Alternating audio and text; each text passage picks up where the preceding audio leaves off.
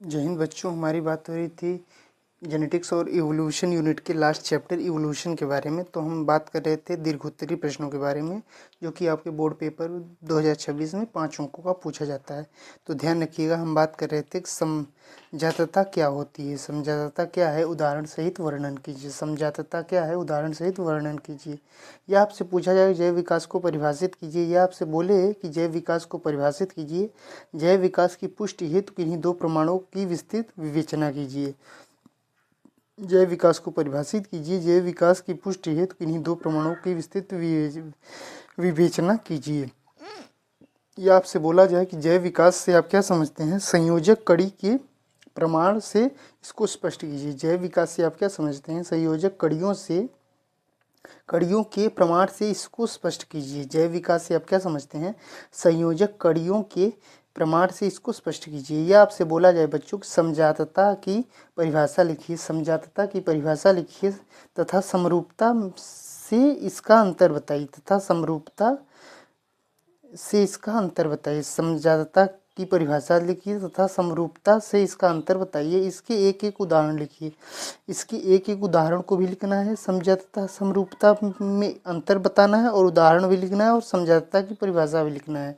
फिर से रिपीट करता हूँ इस क्वेश्चन के मेरे बच्चे कि समजातता की परिभाषा लिखिए, समजातता की परिभाषा लिखिए तथा समरूपता से इसका अंतर बताइए। समजातता की परिभाषा लिखिए तथा समरूपता से इसका अंतर बताइए। समजातता की परिभाषा लिखिए तथा समरूपता से इसका अंतर बताइए। इसके एक एक उदाहरण भी लिखिए।